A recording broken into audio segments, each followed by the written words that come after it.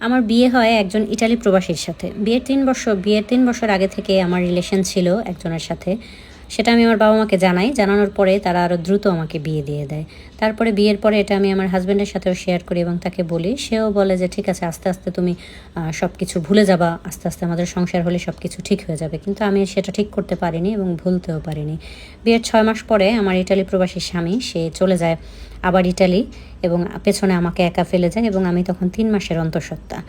আমার স্বামী চলে যাওয়ার পরেই আমি আমার বয়ফ্রেন্ডকে ফোন দিলাম এবং বললাম যে, "উনি তো চলে গেছে, তুমি এখন আমাকে নিয়ে যাও।" তো সে আমাকে বলল যে, "ঠিক আছে, তুমি তো এইভাবে খালি হাতে চলে আসলে হবে না। আমার ওরকম চাকরি-বাকরি নাই। তুমি কিছু টাকা-পয়সা অ্যারেঞ্জ করো। আর গয়নাগাটি যা আছে সব কিছু গুছায় নিজের কাছে আনো। তারপরে আমি তোমাকে নিয়ে যাব।"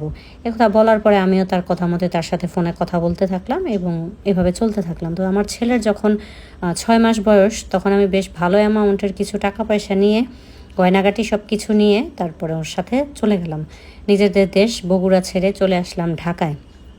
ঢাকায় আমরা মিরপুরে গিয়ে বাসা নিলাম, যেখানে কেউ আমাদের চিনে না, কেউ জানে না। সবাই জানলো সেই আমার স্বামী, আর আমার কোলের বাচ্চাটা ওর বাচ্চা। তো আমরা সেখানে থাকতে শুরু করলাম। প্রথম দিকে ২-৩ মাস ও কোনো চাকরি-বাকরি করে নাই। পরে ও একটা গার্মেন্টসে জব নেয় এবং আমরা মোটামুটি সেই টাকা দিয়ে মিলেমিশে থাকছিলাম। যখন ১ বছর আমাদের হয়ে গেল, আমরা একসাথে বিয়ে করে থাকছিলাম, তখন আমার ১ বছর পরে অনেক বড় একটা অসুখ ধরা পড়লো। সেখানে আমার অপারেশন করাইতে হবে।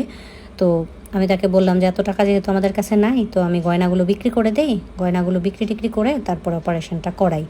যখন সে আমাকে হসপিটালে ভর্তি করাইলো এবং আমার ছেলেটাকে আমি আমার পাশের রুমের এক ভাবির কাছে রেখে হসপিটালে অ্যাডমিট হই, সে আমাকে হসপিটালে রেখেই সব আমার গয়নাগাটি যেখানে যা ছিল ঘরের, মানে যতটুকু নেওয়া যায় সব কিছু নিয়ে সে আমাকে একা হসপিটালে রেখে চলে গেছে।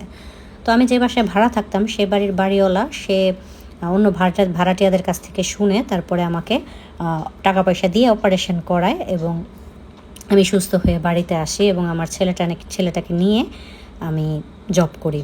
তো একটা সময় আমার ছেলের যখন প্রায় ১৩-১৪ বছর হয়ে গেছে, তখন আমি জানতে পারলাম যে আমার যে অপারেশনটা হয়েছিল সেটা আমার স্বামীর টাকায়। সে এখানে আসছে, আমাকে খুঁজে বের করছে এবং সে ওই বাড়িওয়ালাকে বলে গেছে বাড়িওয়ালার কাছ থেকে যেন আমাদের কাছ থেকে যাতে বাড়ি ভাড়া না নেয়, আর প্রতি মাসে আমার পুরো অপারেশনের টাকাটাও সে দিছে, আর প্রতি মাসে যে বাড়ি ভাড়াটা নিবে সেটাও যাতে বাড়িওয়ালা না নেয়। তো বাড়িওয়ালা খুব ভালো মানুষ ভেবে আমি তো থাকছিলাম, কিন্তু আমি এত বছর পরে বাড়িওয়ালার ওয়াইফের কাছ থেকে জানতে পারলাম যে একজন এসে টাকাটা দিয়ে যায়। তো আমি অনুমান করলাম সেই একজনটা অবশ্যই আমার হাজব্যান্ড হবে, কারণ তাকে আমি দেখছিলাম সে খুব ভালো একজন মানুষ। এই কথাগুলো একটা চিঠিতে লিখে গেছে তার মা মারা যাওয়ার আগে তার ছেলের সাথে। যেই ছেলেকে নিয়ে সেই বাসা ছেড়ে চলে আসছিল, ওই ছেলের যখন ১৮ বছর বয়স, তখন তার মা মারা যায় এবং মারা যাওয়ার সময় চিঠিটা লিখে ছেলেকে দিয়ে বলে গেছিল যে, "বাবা, তুই আমাকে ঘৃণা করিস না", এবং তার বাবার মানে ঠিকানাগুলো লিখে দিয়ে গিয়েছিল। এবং ছেলেটা খুব ভেবেচিন্তে ৬ বছর পরে চিন্তা ভাবনা করে যে, ঠিক আছে, তাহলে আমি আমার বাবাকে খুঁজে বের করি, এবং সে বাবার কাছে গেছে এবং তার বাবা তাকে সাদরে গ্রহণ করছে। ওই ছেলেটা এই স্টোরিটা বলছে, যেটা শুনে আমার কাছে মানে এতটাই ভালো লাগলো যে একটা মানুষ কত ভালো হলে যে ছেড়ে যাওয়া স্ত্রীর প্রতি এতটা মানে আন্তরিকতা, এতটা ভালোবাসা নিজের সন্তানের প্রতি থাকে। ওই লোক নাকি তার স্ত্রী ওয়াইফ মানে ছেলে আর বউকে ফিরে আনতো, কিন্তু তার মা নাকি বলছে যে, "আমি কোনোদিনও ঘর থেকে পালায়ে গেছে ওই বউকে কোনোদিন সংসারে নিব না", এই জন্য সে আর আনতে পারে নাই। পরবর্তীতে তার মা তাকে জোর করে বিয়ে ঠিকই করাইছে, কিন্তু সে ওই ছেলের আর তার মায়ের খেয়াল রাখতো।